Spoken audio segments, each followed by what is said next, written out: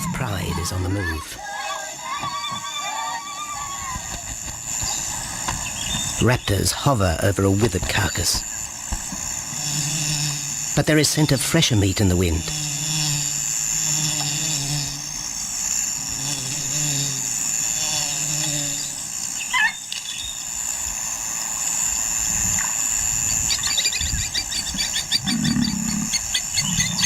Pickings have been slim for Nabamba's pride since her fight with a startled warthog. The lioness is limping from the encounter. And even the pride's big male, Jabu, wonders when his next meal will come.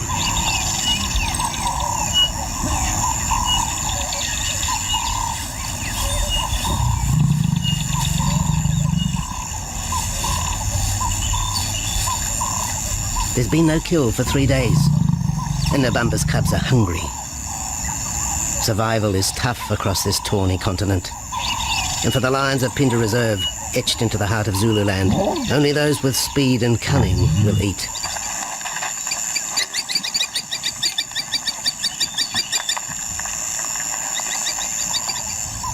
For this pride anyway, it's been a long time between meals.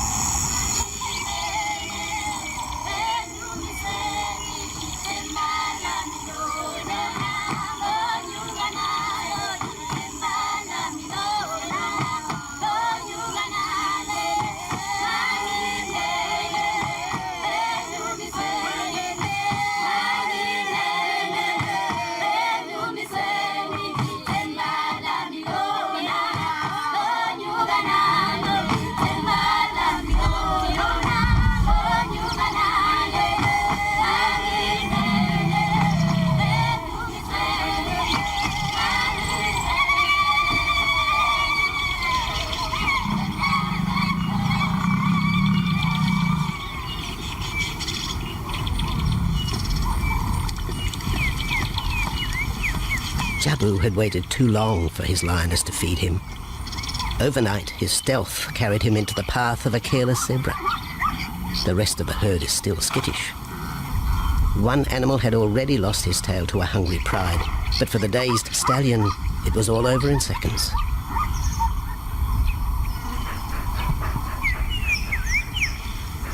The big male watches his kill from a distance, exhausted by the chase, exhilarated by the sport.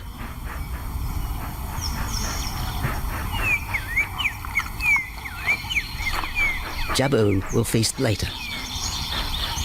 Tired from the hunt, he needs to rest.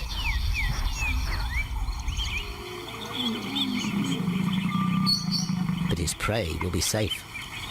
Few scavengers will risk the sudden return of the Lion King.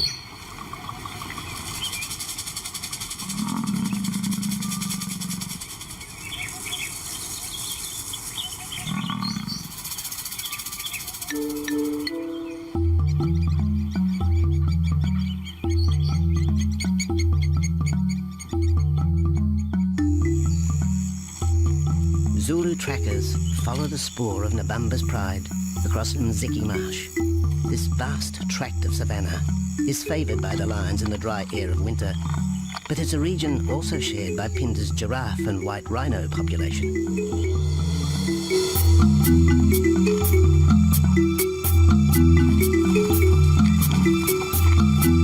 Through modern times, most of southern Africa's wildlife has been ravaged by hunting and habitat loss. Farmland, overgrazed and buffeted by domestic stock, has ripped the heart out of the original bush. The open, broad-leaved woodland, acacia bushveld, and wetland habitat had all but disappeared, taking with it the wildlife.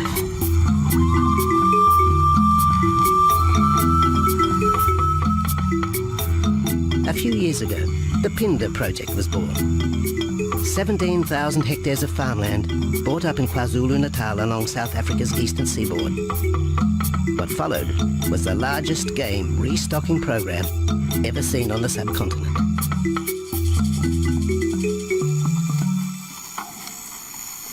The land was overgrazed to a certain extent and it wasn't in very good shape. They put all these farms together, put a perimeter fence around it, and then brought in a lot of game. We brought in elephant, we brought in rhino. We started off with those sort of animals and then started with cheetah, bringing in cheetah onto the reserve, mainly to get them used to the area before the lions came on, because the lion is a more superior predator as such and would dominate the cheetahs. We wanted to get them settled first before the lions came in.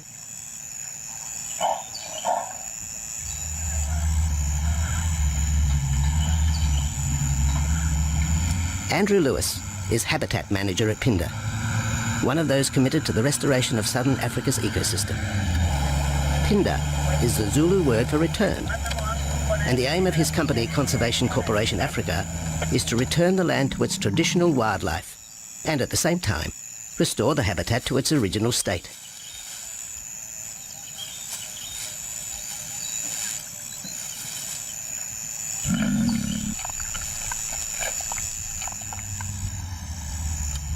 Phinda is cautiously open to top-level tourism, limited and luxurious. Dreams of extending the green frontier require funds, and the reserve's lion pride has already earned its keep.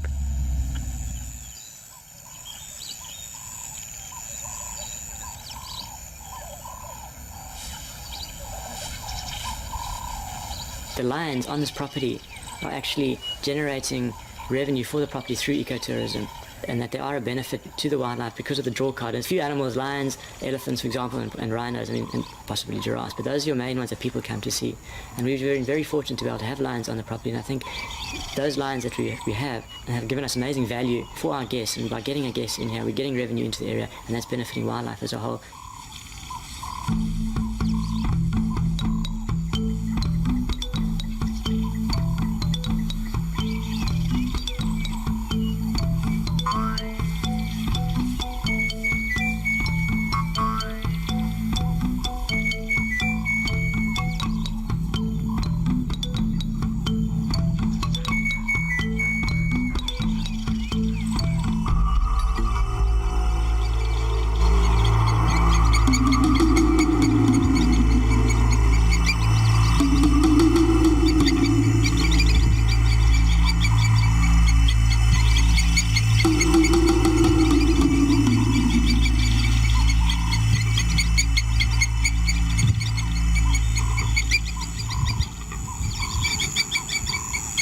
Jabu has returned to his kill. He licks the bloated carcass, but still there is no feeding. Lions will gloat over their prey, delaying the first bite until the meat ripens. For Jabu, the prospect of the meal is to be relished as much as the eventual feast.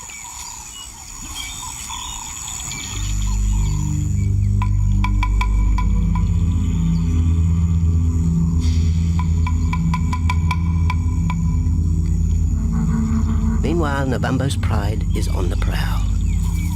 The older cubs are 10 months now, weaned, but still dependent upon Nabambo for food.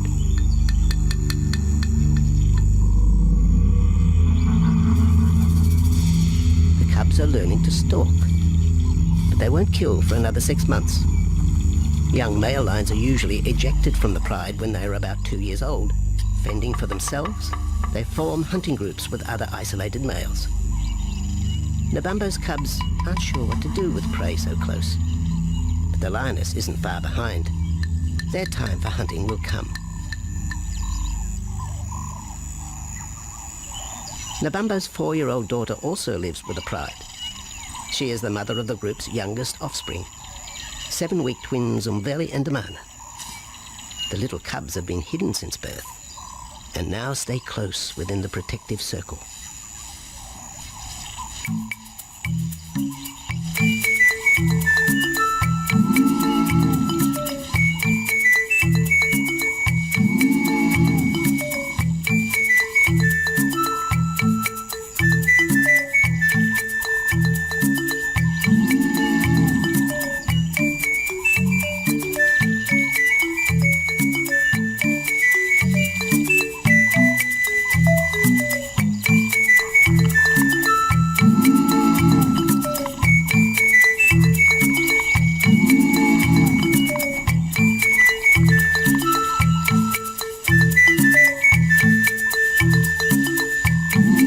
Jabu has little time for his small cub. When he is older, the mana will hunt with his father, but for the moment, the big male has nothing to do with his young son. Dejected, the cub finds solace among his siblings.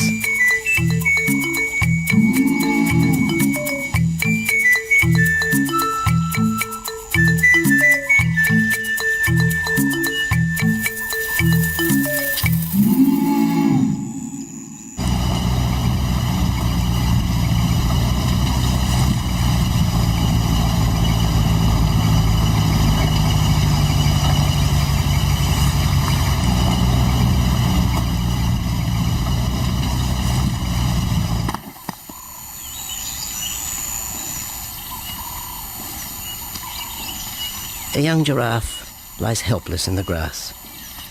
The animal's complicated vertebra means it is unable to rest its neck for any length of time. Lack of mobility means blood to the brain slows, leaving the animal disabled.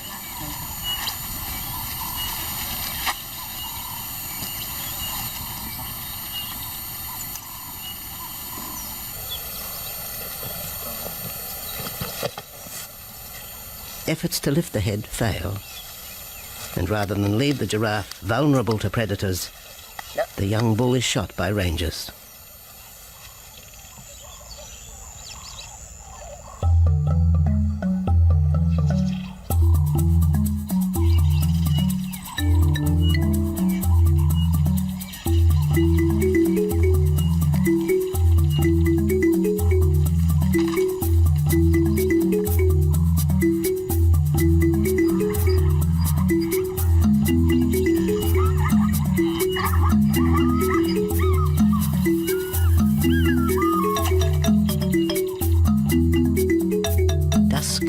By the waterhole rekindles the interest of the pride.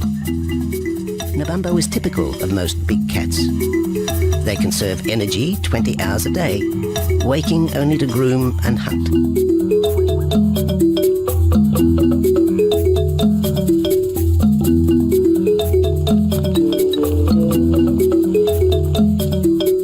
The lioness shows little sign of her injured leg, but the tusks of the warthog have torn sinew and muscle, slowing her in the pursuit of prey.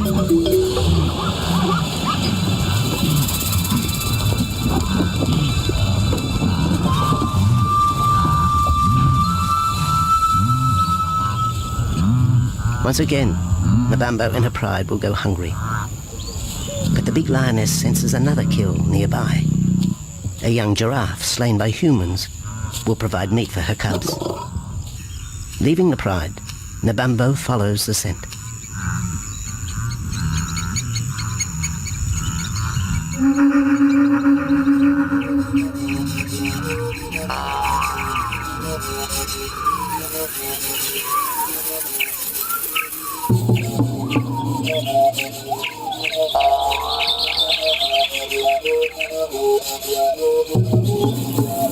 Left alone, the older cubs know the drill. They will wait for Nabambo's call to take them to the kill.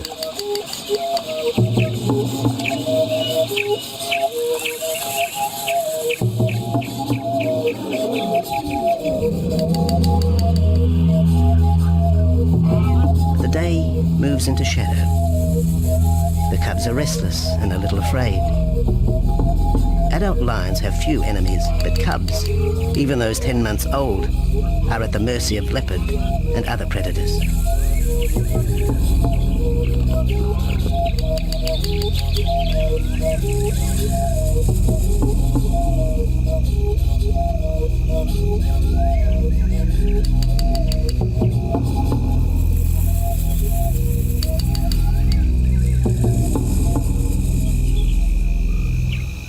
Nabambo has reached the kill, but her daughter is there first.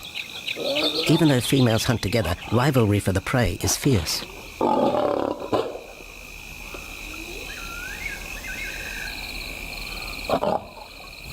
The big lioness begins the trek back for her cubs, but the youngsters have heard her call and they meet halfway.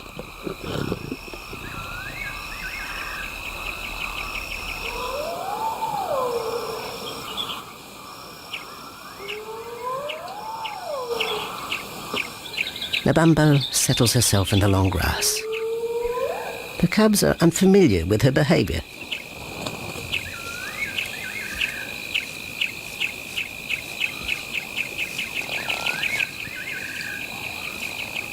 A female will usually head the charge with any kill, splitting the hide of the victim and leading the way for the pride to eat.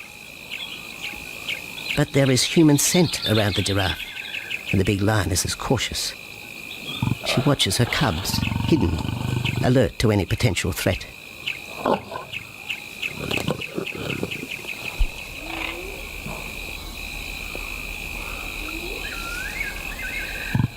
The cubs are curious, confused by this new smell.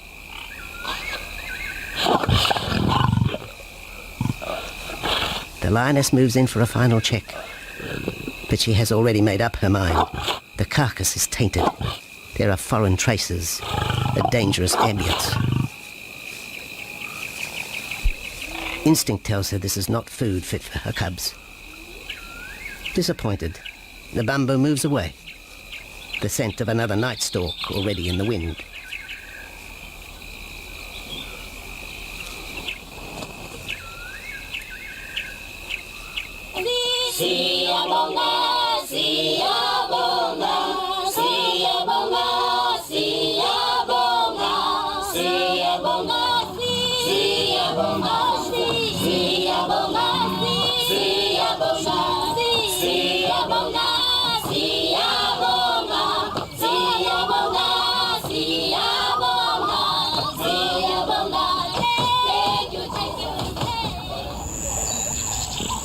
After 2 days, Jabu has returned to his kill with another younger male. 3-year-old Tembi is a son from a previous liaison with Nabumbo, and the two paired up after Tembi was ousted from the pride.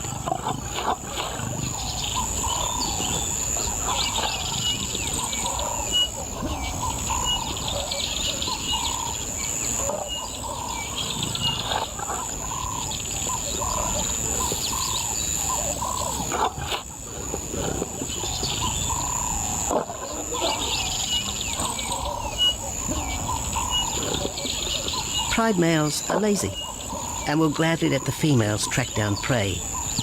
But the theory that males won't hunt is a fallacy. Any hungry male will hunt for himself when no free lunch is provided by the lioness, hyenas or other predators.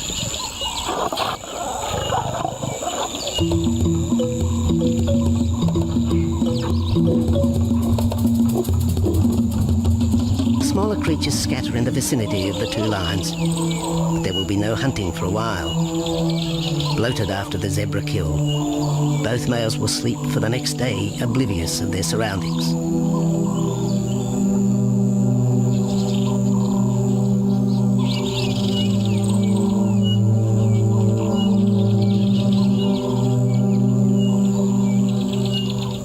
Lions hunting in pairs or groups have a success rate of around 30% in daylight, but studies show single hunters are more successful at night. Lions are sociable cats, the only group to take part in communal hunts.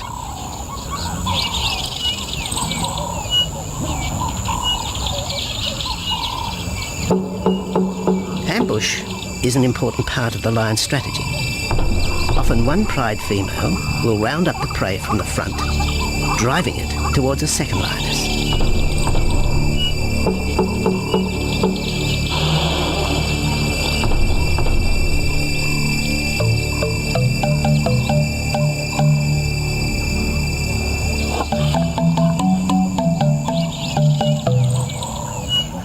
As in most cases, the pride male will only get involved if he has to.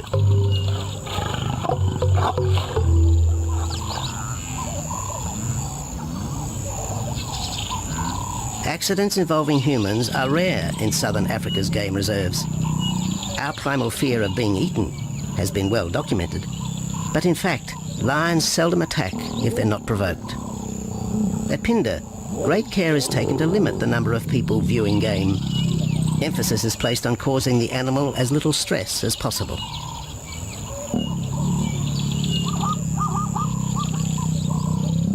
Man isn't a part of their natural food source. They don't normally go out and hunt people.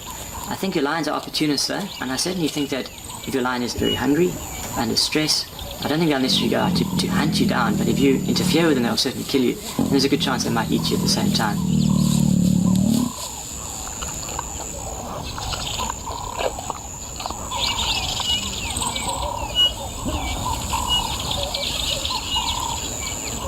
With all animals, it's how you treat them is what's the reaction you're going to get back from them. Certainly at Pinda, all our guides go through a training course and they're all brought up to a certain standard. There is a certain operating ethic with regards to viewing animals, and we certainly try and be as sensitive to the animals as possible.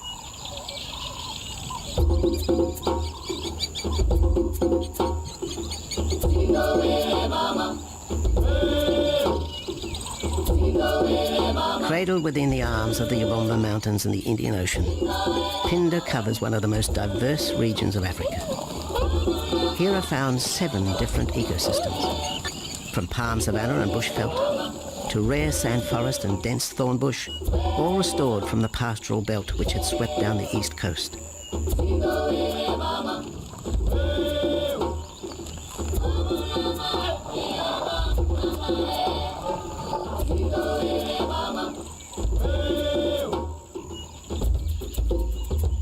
Where cotton, pineapple and cattle farms once stood, lion now roam their habitat again, alongside some traditional neighbours.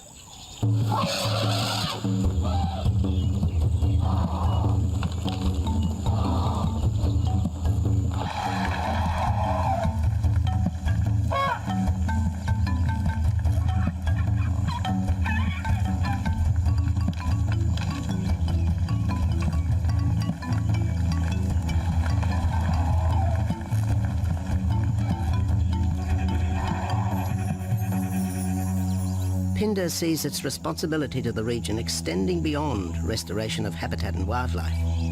It provides schools and a clinic for the local Zulu community, as well as employment. In the eyes of Andrew Lewis, essential ingredients for a successful operation. It's very important to involve the communities around your reserve because they have to benefit as well. There's no point in just taking land, get some investors to invest in it, but if you don't allow the people who are on the periphery of that reserve to benefit from it, you're going to have an immense problem with poaching, and they're going to cut your fences down, and you're just going to have an uphill battle.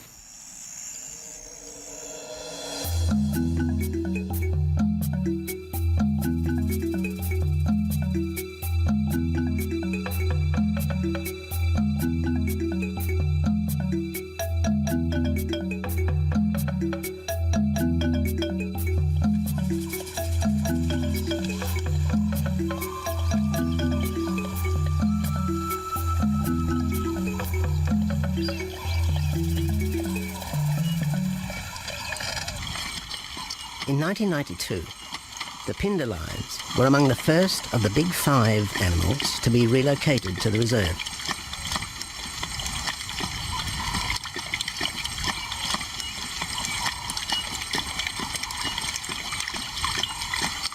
The original pride came from the northern province of South Africa, a vast scrubby region flanked by the ragged Drakensberg Mountains near the Mozambique border.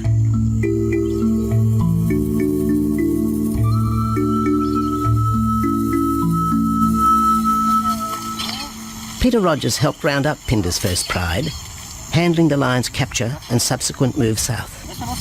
Today, he's head vet at the Hoedspruit Research and Breeding Centre for Endangered Species, overseeing its cheetah breeding program.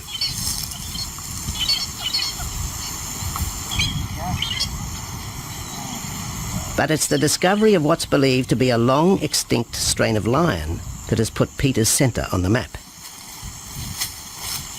We were involved in the rescue of these circus animals that came down through Africa and were abandoned in Maputo.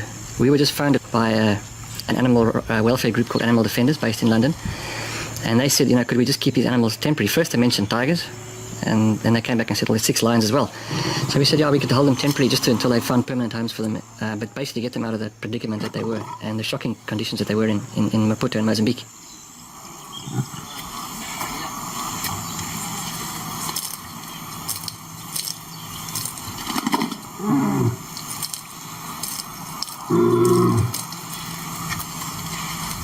When the lions arrived at the breeding centre, their size, pale colouring and the male's thick black belly mane put them into the category of the Cape or Barbary lion, not seen in the wild since the early 1920s. A few still exist in captivity, and a male and female were brought to South Africa from an Italian zoo for breeding purposes. But attempts to mate Arcaf, the big male from the ill-fated Mozambique circus, with the Italian female are proving difficult.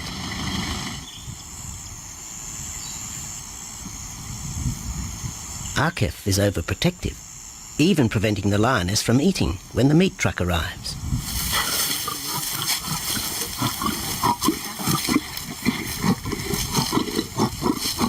Finally, though, Sissy makes her breakthrough.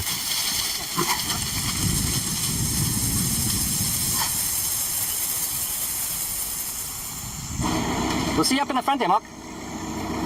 You're going to go to that sort of middle central area. Where are you going to go? In the next enclosure, Arturo, the Italian Barbary male, is about to be sedated. His attention to his sister Cece through the fence is hampering mating efforts, and Peter Rogers is keen to move the big male. He shoots the dart into Arturo's rump. Arturo has been sterilized, but while his breeding days are finished, he'll live out his days at the center. 1.5 minutes now, so... His female companion, another Barbary from the Mozambique circus, is drawn away by the meat truck.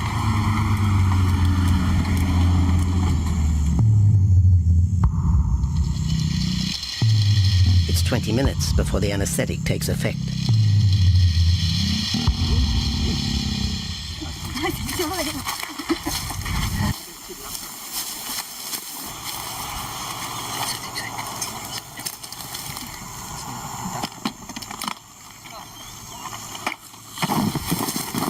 It's nice to be the supervisor.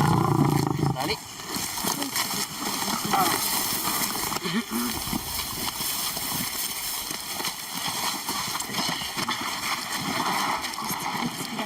You'll need all your help at the bottom just to put him back into the cage, okay? One, two, three, four. Yeah.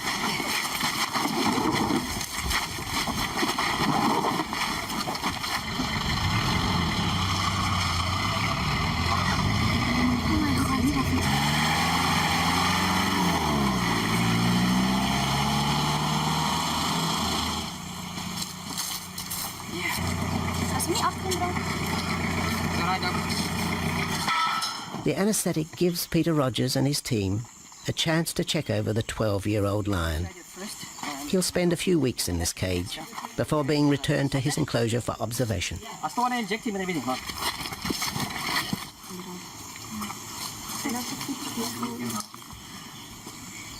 It's very exciting to be part of this project because they feel that there are perhaps not many Barbaries, if any, that are really pure, that are left even in captivity. They feel that over time other animals from other genetic bases are brought in. So there's a big project afoot at Oxford University to do the genetics. So that's just getting off the ground now.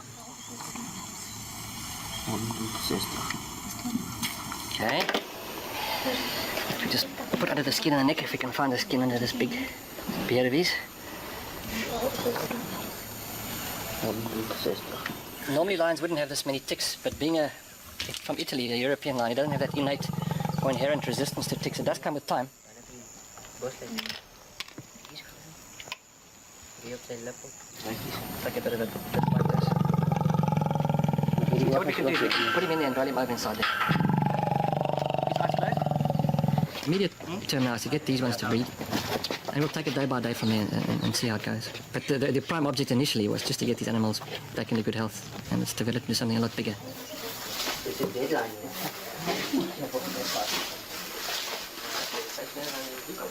Yeah.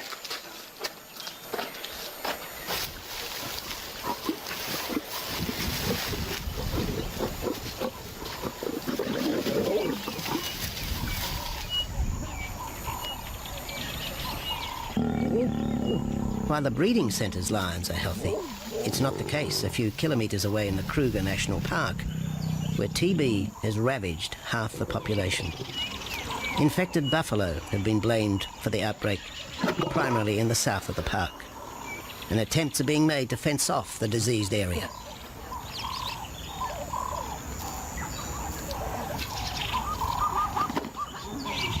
And the lions are preying on infected buffalo. Because it's an exotic disease, not an indigenous disease, the lions are totally naive and they've got no resistance to it. So it's a big problem. It's a very difficult decision to make as to what to do. It's a very topical and heated subject at the moment.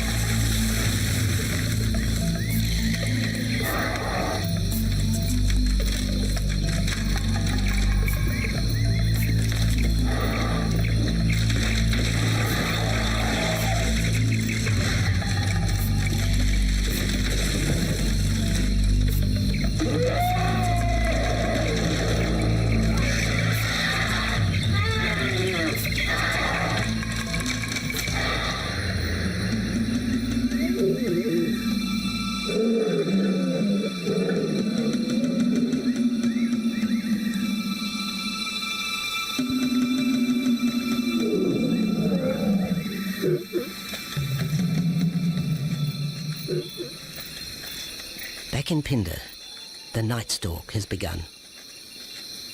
Nabambo keeps her cubs close. They're hungry, but tonight only impala can be tracked down, a morsel for the lioness. Food is scarce at this time of year, so the pride's territory covers a large area. Lions can only afford to be territorial where there is a reliable supply of game.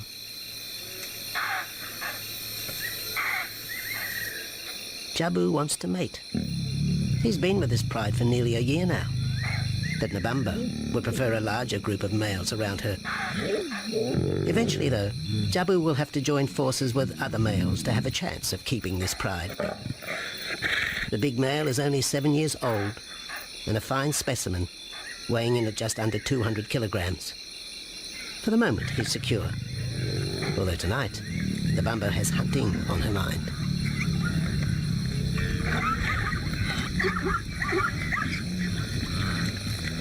The cubs follow in the lioness's wake. If there is a kill, she will feed first. Often, weak cubs lose out to a hungry mother. High juvenile mortality rates are the result of lean times.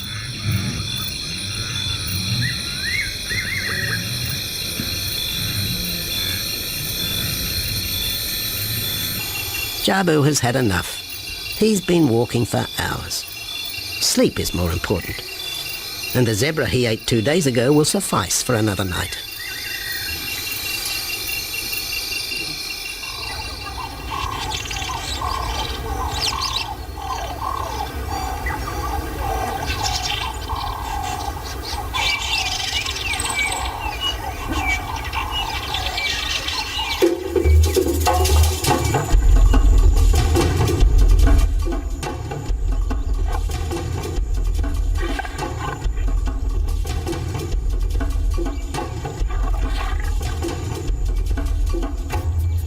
Nabambo has made a kill, a young Nyala buck. It's been 3 days since the pride is eaten, and this will provide meat for them all. But the lioness will eat first.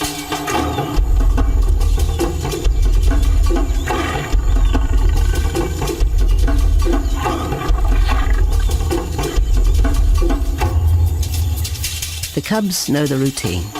They will get their turn. But Nkosi is hungry. He creeps towards his mother. As the biggest of the cub,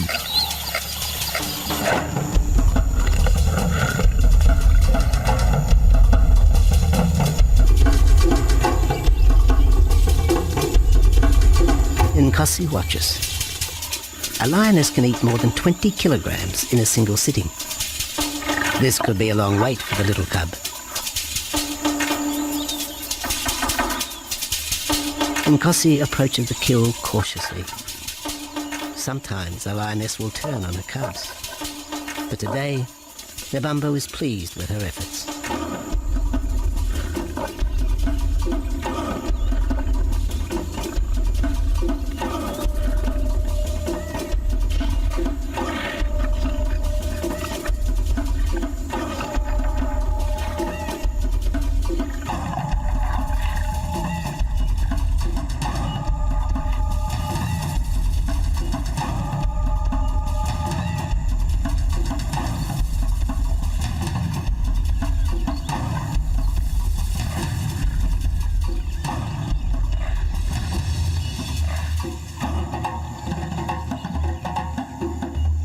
Nabambo has had her fill, for the moment anyway.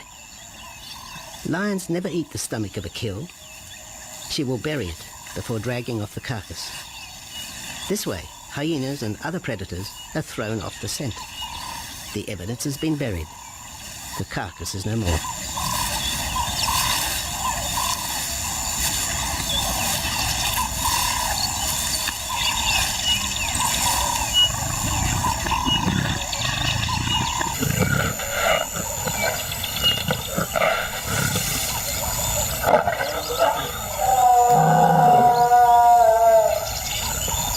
Nabambo's daughter hears the call. It is the second this morning. The first was the strangling cry of the Nyala as Nabambo broke the young buck's back. There was no struggle.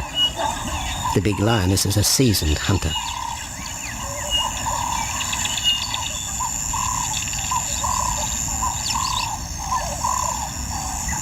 The rest of the pride will feast on the carcass after Nabambo retires.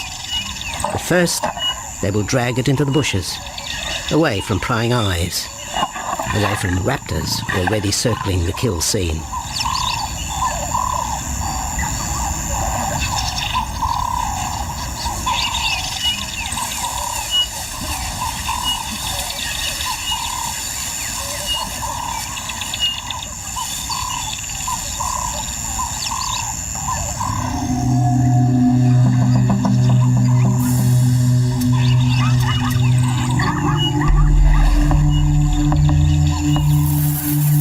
Has created a nervous edge. Even the hippo, its bad temper legendary, is flustered, anxious to protect its waterhole.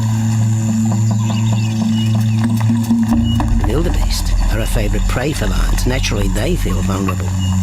But for the pride, there is no agitation. Gorged, they will sleep for the next day. Even Mveli and Damana, the 7-week twins, have tasted blood for the first time. But it will be many months before they take part in a hunt. For the moment, they just want to play with Nkosi.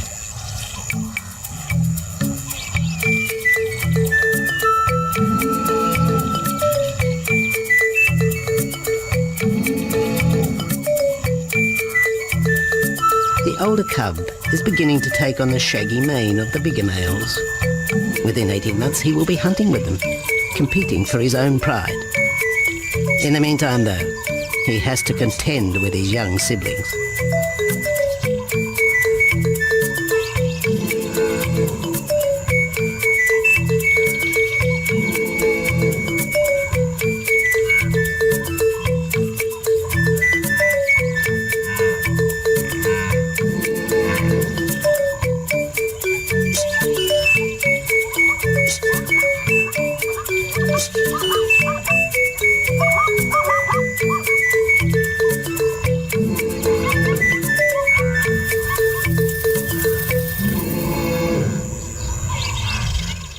Jabu rejoins the pride. He has missed out on the kill, but he didn't share his zebra with the rest of the pride the previous day.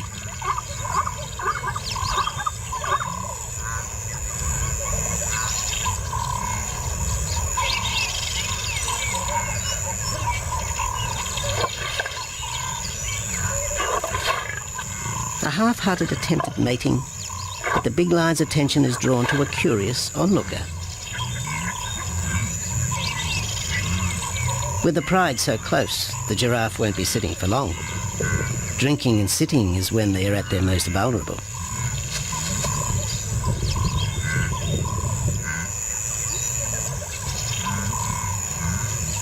Jabu keeps an eye on his group. Pride takeovers by other males are common, and savage fights can occur between the pride male and the intruder. If a takeover is successful, the new male will usually kill all the suckling young of his former rival. When a nursing mother loses her cubs, she comes into heat within a few weeks. The normal interval between cubs is about 2 years, with a gestation time of 3 to 4 months.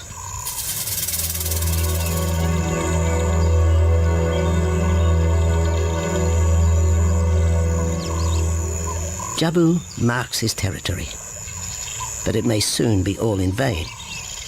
A fresh infusion of lion genes is necessary to avoid the effects of long-term inbreeding. It's likely Jabu and his son Tembi will be swapped for males from another game reserve. This will broaden the bloodlines of future lions and avoid the genetic risks currently facing the pride at Phinda.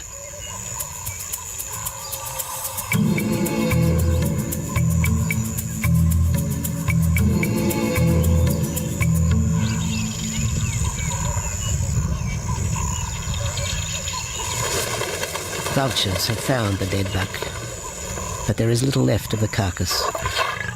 November and her pride have eaten. The big lioness tries to dislodge Inyala fur from her teeth. Tomorrow, the next day, there will be another kill. November's cubs will grow up strong.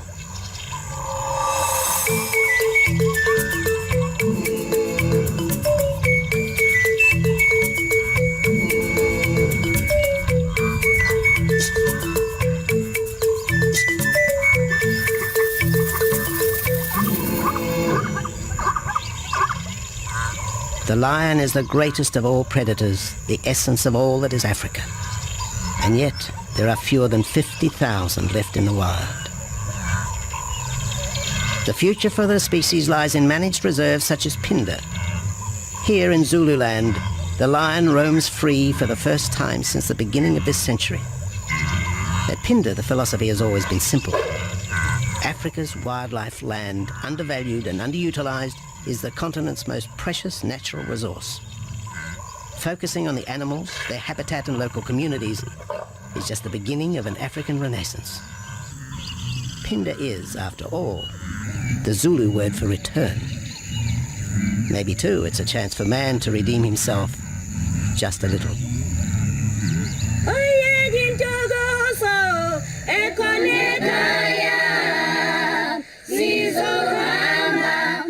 Hallelujah.